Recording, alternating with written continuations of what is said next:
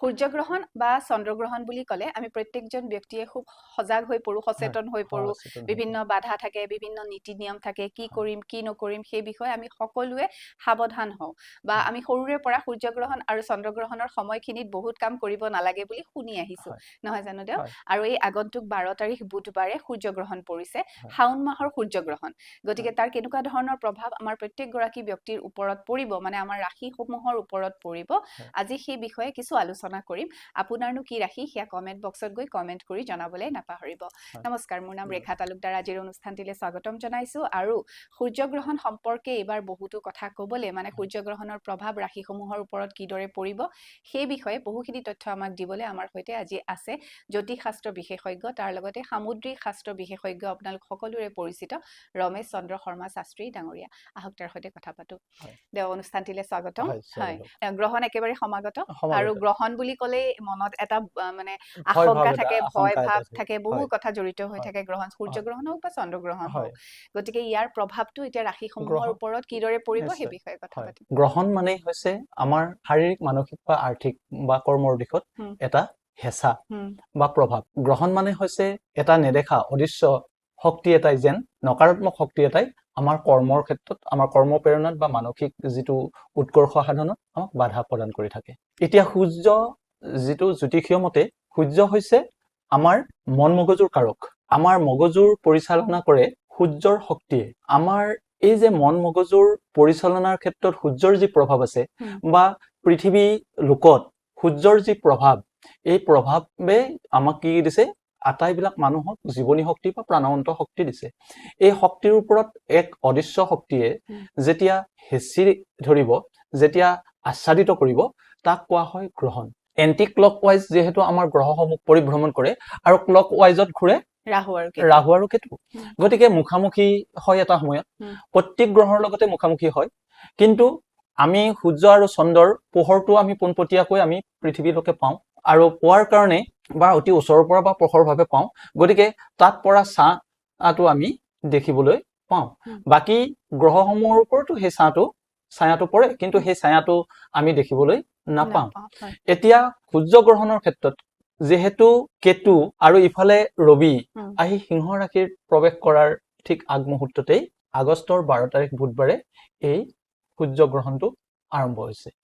আৰু এইটো অৱশ্যে আমাৰ ভাৰতবৰ্ষত দৃশ্যমিত নহয়, কিন্তু তাৰ প্ৰভাৱ যে আমাৰ ৰাশিসমূহত নপৰিব তেনেকুৱা নহয়। ৰাশিসমূহৰ ওপৰত যথেষ্ট প্ৰভাৱিত হ'ব, বা ৰাশিসমূহৰ ওপৰত এই মন মগজুৰ বা মানসিক, শাৰীৰিক বা আৰ্থিক দিশত এই কিছু নকাৰাত্মক ক্ৰিয়া বা প্ৰতিক্ৰিয়া কৰিব। এই কথাখিনিৰ কাৰণে আজিৰ যিটো আলোচনাৰ প্ৰসংগ, এইটো খুব মানে প্ৰাসংগিক হৈছে। সূৰ্যগ্ৰহণৰ সময়ত ল'বলগীয়া বিভিন্ন সচেতনতা বা আমি সাৱধানতা আমাক দৰকাৰ। কিন্তু যদি পোনপটীয়াকৈ আমাৰ ভাৰতবৰ্ষত দৃশ্যমিত হয়, সেই সাৱধানতাটো আৰু বেছিকৈ ল'ব লাগে।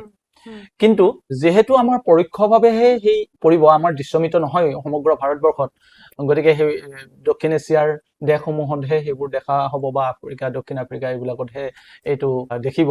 গতিকে আমি সেই অৰ্থত কিছু পৰিমাণে হাত সাৰিছো। তথাপি 12 আগষ্ট বুধবাৰে ৰাতি 9:04 আমাৰ ভাৰতীয় টাইম মতে 9:04 আৰম্ভ হ'ব সূৰ্যগ্ৰহণ। সেইকাৰণে যিহেতু আমাৰ সূৰ্য অস্ত গৈ থাকিব, গতিকে সেইকাৰণে আমাৰ ভাৰতবৰ্ষত দেখা নহয়। আমেৰিকাত হয়তো সূৰ্য উদয় হ'ব, তাত দেখিব। কিন্তু তাৰ প্ৰভাৱটো সূৰ্য নাথাকিলেও, যেনেকে চন্দ্ৰই তাৰ প্ৰভাৱটো লৈ চন্দ্ৰৰ পোহৰ আহে বা আমি পোহৰটো পাওঁ, ঠিক তেনেকে সেই তাৰ প্ৰভাৱটো আমাৰ ভাৰতীয়সকলৰ বা ভাৰতৰ জনসাধাৰণৰ ওপৰতো পৰিব। এতিয়া কথাটো হ'ল, এই গ্ৰহণ ৰাতি 9:04 আৰম্ভ হ'ব, আৰু ই থাকিব 4 ঘণ্টা 24 মিনিট সময়, মানে 1:28 ৰাতি 1:28 থাকিব। আৰু পূৰ্ণগ্ৰাস থাকিব মাত্ৰ অকণমান সময়, 2 মিনিট 16 ছেকেণ্ডৰ কাৰণে পূৰ্ণগ্ৰাস হ'ব। সেইটো মধ্য সময়ত পূৰ্ণগ্ৰাস হ'ব। অৰ্থাৎ আমাৰ 9:04 হৈছে, গতিকে 11:28 সেইটো আমাৰ পূৰ্ণগ্ৰাস হ'ব, আৰু 2 মিনিট 16 ছেকেণ্ডৰ কাৰণে। এইখিনি সময় আমাৰ সাধাৰণতে বহুতে শুই থাকিব, কাৰণ 11:30 বজাত শুৱে বা ঘৰৰ ভিতৰতে থাকে। যিসকল বাহিৰত থাকে তেওঁলোকৰ কাৰণে কিন্তু এই সময়খিনি যথেষ্ট সাৱধান হোৱাটো ভাল। বিশেষকৈ সেইদিনাখনৰ ৰাতিৰ যিসকলৰ মানে ডিউটি কৰে, নৈশ ডিউটি কৰা ব্যক্তিসকলৰ কাৰণে এই দিনটো সেই ৰাতিটো যথেষ্ট সাৱধান হোৱাটো ভাল। আৰু ৰাশিগতভাৱে আমাৰ প্ৰত্যেকটো ৰাশিৰ ওপৰতেই তাৰ প্ৰভাৱ পৰিব, কাৰণ ৰবি য'ত থাকে ৰবিৰ পৰা সপ্তম স্থানত প্ৰভাৱ পৰিবই। ৰবি থকা স্থানৰ পৰা সপ্তম স্থানত পৰিলে মকৰ ৰাশিত পৰিবই প্ৰভাৱটো। মকৰ ৰাশিৰ কাৰণেও ই নকাৰাত্মক ক্ৰিয়া কৰিব, সিংহ ৰাশিৰ কাৰণে নকাৰাত্মক প্ৰভাৱ আনিছে, কৰ্কট ৰাশিৰ কাৰণে কিছু নকাৰাত্মক প্ৰভাৱ আনিছে, আৰু কুম্ভ ৰাশিৰ কাৰণে কিছু নকাৰাত্মক প্ৰভাৱ আনিছে। এই 4টা ৰাশি যথেষ্ট নকাৰাত্মক প্ৰভাৱৰ সন্মুখীন হ'ব। তাক বাহিৰেও অন্যান্য যি ৰাশি কেইটা আছে এইকেইটা ৰাশিও কিন্তু এক নকাৰাত্মক প্ৰভাৱ পৰিব।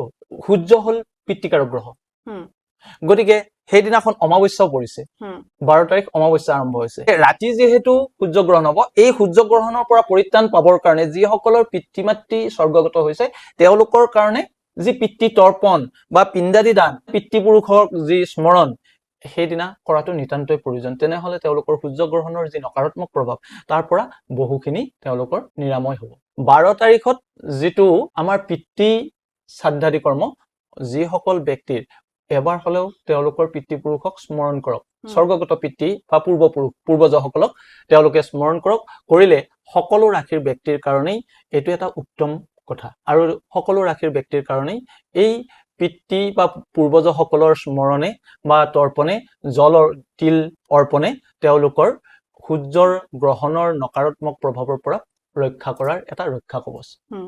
এইটো 2 নম্বৰ কথাটো হৈছে ৰাশিগতভাৱে আমি ক'লো এই 4টা ৰাশিৰ ওপৰত যথেষ্ট দুষ্প্ৰভাৱ পৰিব। তাক বাহিৰেও আমি যদি কওঁ গুৰিৰ পৰা মেষ ৰাশিৰ ওপৰত, মেষ ৰাশি যিহেতু আমাৰ কৰ্কট ৰাশিৰ পৰা 10ম ৰাশিত আছে, সিংহ ৰাশিৰ পৰা 9ম ৰাশিত আছে, গতিকে ভাগ্যস্থানৰ ৰাশি হিচাপে সেই ৰাশিটোৰ ওপৰতো, আৰু তাত মংগলৰ ইতিমধ্যে ধনিষ্ঠা নক্ষত্ৰ, মংগল নক্ষত্ৰ, তাত ৰাহু আছে, গতিকে মেষ ৰাশিৰ ওপৰতো ই এটা দুষ্প্ৰভাৱ দিছে। গতিকে 12 তাৰিখত দূৰ ভ্ৰমণ কৰা, 12 আৰু দ্বিতীয় দিনালৈকেও থাকিব সেইটো, 13 তাৰিখ বৃহস্পতিবাৰেও দূৰ ভ্ৰমণ কৰা বা কিবা সা সম্পদ গ্ৰহণ কৰা, মানে কিনা বেচা কৰা, এই ক্ষেত্ৰত বা ব্যৱসায় বাণিজ্য ক্ষেত্ৰত তেওঁলোকে মন মেলা, সেইটো 12 আৰু 13 তাৰিখত নকৰাটো ভাল। বৃষ ৰাশিৰ কাৰণেও তেওঁলোকে যাতে কোনো ধৰণৰ নতুন গৃহ নিৰ্মাণৰ চিন্তা চৰ্চা বা যান বাহন ক্ৰয় বিক্ৰয় বা ল'ৰা ছোৱালীৰ নামভৰ্তিকৰণ বা নামভৰ্তিৰ কাৰণে বা বিদ্যা অৰ্জনৰ কাৰণে সেই বিদ্যাস্থানত বা সেই স্থানলৈ গমন নকৰাটো ভাল। যদি মিথুন ৰাশিৰ ক্ষেত্ৰৰ ব্যক্তিসকলৰ কাৰণে ব্যৱসায় বাণিজ্য বা যিকোনো গৃহকৰ্ম সকলো কৰ্মতে 12 তাৰিখৰ দিনটোত শুভ কৰ্ম কিছু পৰিমাণে তেওঁলোকে বন্ধ ৰখা ভাল। আৰু 13 তাৰিখতো তেওঁলোকে তাৰ প্ৰভাৱটো যিহেতু থাকে, গতিকে 13 তাৰিখেও তেওঁলোকে 12-13 এই দুটা দিনত প্ৰায় শুভ কৰ্মৰ পৰা কিছু দূৰত থকাটো ভাল। শুভ কৰ্ম মানে কি? সা সম্পদ গ্ৰহণ, ব্যৱসায় বাণিজ্য আৰম্ভ, গৃহ আৰম্ভ, এইবিলাক নকৰিব। এনে দেৱ পূজা, তৰ্পণ, পিতৃ তৰ্পণ, দেৱ পূজা এইবিলাক কৰিব পাৰিব, সেইবিলাক শুভ কৰ্ম কৰাত একো অসুবিধা নাই। সেইখিনি কৰিলে আপোনালোকৰ নকাৰাত্মক প্ৰভাৱটো যাব। গতিকে বৃষ ৰাশিৰ ব্যক্তিসকলৰ কাৰণে ধন লোকচান হ'ব পাৰে, মিথুন ৰাশিৰ ব্যক্তিসকলৰ কাৰণে ধন লোকচান হ'ব পাৰে, আৰু সিংহ ৰাশিৰ ব্যক্তিৰ কাৰণে, কৰ্কট ৰাশিৰ ব্যক্তিৰ কাৰণে আৰু সিংহ ৰাশিৰ ব্যক্তিৰ মানসিক উদ্বেগ বাঢ়িব পাৰে। তাৰোপৰি কন্যা ৰাশিৰ ব্যক্তিসকলৰ কাৰণে মাইগ্ৰেন প্ৰব্লেম আহিব পাৰে, মাইগ্ৰেন প্ৰব্লেম অহাৰ যথেষ্ট সম্ভাৱনা আছে। গতিকে কন্যা ৰাশিৰ ব্যক্তিসকলৰ এইটো, তুলা ৰাশিৰ ব্যক্তিসকলৰো মনটো উদ্বিগ্ন হ'ব পাৰে, তেওঁলোকৰ কৰ্মৰ সন্তুলন যিটো সামঞ্জস্যটো ৰাখিব নোৱাৰিব পাৰে। বৃশ্চিক ৰাশিৰ ব্যক্তিসকলৰ মনটো উগ্ৰ হ'ব। ধনু ৰাশিৰ ব্যক্তিসকলৰ হয়তো কৰবাত অকণমান মনত দুখ আহিব পাৰে, কোনোবা এটা কৰ্মৰ জৰিয়তে মনত দুখ উদ্বেগ হ'ব পাৰে। মকৰ ৰাশিৰ ব্যক্তিসকলৰ কৰ্মত লোকচান হ'ব পাৰে, আকস্মিক দুৰ্ঘটনা আদি হৈ আছে, মানে 12-13 এই দুটা দিন আকস্মিক দুৰ্ঘটনা, ধন লোকচানটো মৃত্যু সময় বুলি কৈছে। 8 প্ৰকাৰৰ মৃত্যুৰ ভিতৰত 1 প্ৰকাৰৰ মৃত্যুৰ লগত তুলনা কৰিছে। মানহানিটো 1 প্ৰকাৰৰ মৃত্যুৰ লগত মৃত্যু সমতুল্য বুলি কৈছে। গতিকে মকৰ ৰাশিৰ ব্যক্তিসকলৰ কাৰণেও সেইটো পৰিছে। কুম্ভ ৰাশিৰ ব্যক্তিসকলৰ কাৰণেও ঠিক তেনে এটা প্ৰভাৱ পৰিছে। আৰু মীন ৰাশিৰ ব্যক্তিসকলৰ কাৰণেও তেওঁলোকৰ যিকোনো যান বাহনত কিবা অঘটন ঘটিব পাৰে। সেইকাৰণে সেই দুটা দিনত যথেষ্ট সাৱধানতা অৱলম্বন কৰক। আৰু এই সূৰ্যগ্ৰহণৰ পৰা পৰিত্ৰাণ, সূৰ্যৰ অধিদেৱতা যিহেতু আমাৰ শিৱ, সূৰ্যৰ অধিদেৱতা শিৱ, গতিকে শিৱক যিহেতু পাব সোমবাৰত, গতিকে আগতীয়াভাৱে এই যে সূৰ্যগ্ৰহণৰ যিটো নকাৰাত্মক ফল সেইটো পৰা পৰিত্ৰাণ পাবৰ কাৰণে আগতীয়াকৈ শিৱ বাবাৰ ওচৰত তেওঁলোকৰ পূজা অৰ্চনা অৰ্পণ কৰক বা সোমবাৰৰ ব্ৰত ধাৰণ কৰক বুধবাৰে তেওঁলোকে পূৰ্বজসকলৰ উদ্দেশ্যে পিতৃ মাতৃ বা যিসকল স্বৰ্গগত হৈছে বা ককা মানে তেওঁলোকৰ পূৰ্বজসকলৰ উদ্দেশ্যে কি কৰক তেওঁলোকে তৰ্পণ আদি ক্ৰিয়া কৰক বা পিণ্ডাদি দান যদি কৰিব পাৰে যদি সেইটো নোৱাৰে তেওঁলোকে তেওঁলোকৰ উদ্দেশ্যে আগত কোৱা হৈছে যে গৰুক তেওঁলোকে খাদ্যবস্তু দিয়ক হাতীক খাদ্যবস্তু খুৱাওক হাতীক যদি খাদ্যবস্তু খুৱাই ৰাহু কেতুৰ দোষটো নিৰাময় হয় গতিকে হাতীক খাদ্যবস্তু খুৱাওক কুকুৰ আৰু কাউৰীক যদি খাদ্যবস্তু খুৱাই ৰাহু কেতুৰ দোষৰ পৰা বা শত্ৰুৰ যি ভয় থাকে বা আকস্মিক দুৰ্ঘটনাৰ যি ভয় থাকে এইবিলাক ভয়ৰ পৰা পৰিত্ৰাণ পায় গতিকে এই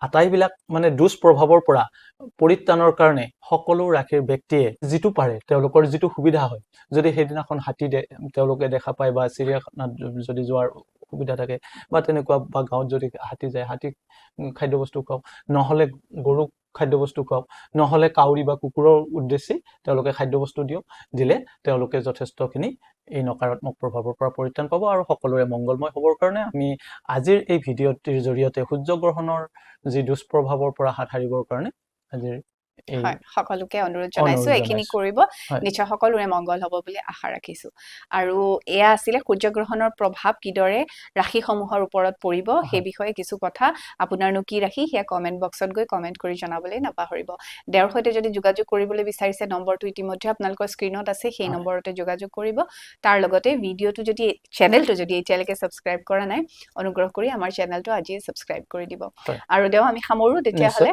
হয় আৰু ইয়াৰ লগে লগে আমি দুয়োগৰাকী আজিৰ অনুষ্ঠানটিৰ পৰা বিদায় লৈছো সকলোৱে ভালে কুশলে থাকিব ধন্যবাদ সকলোৰে মংগলময় হওক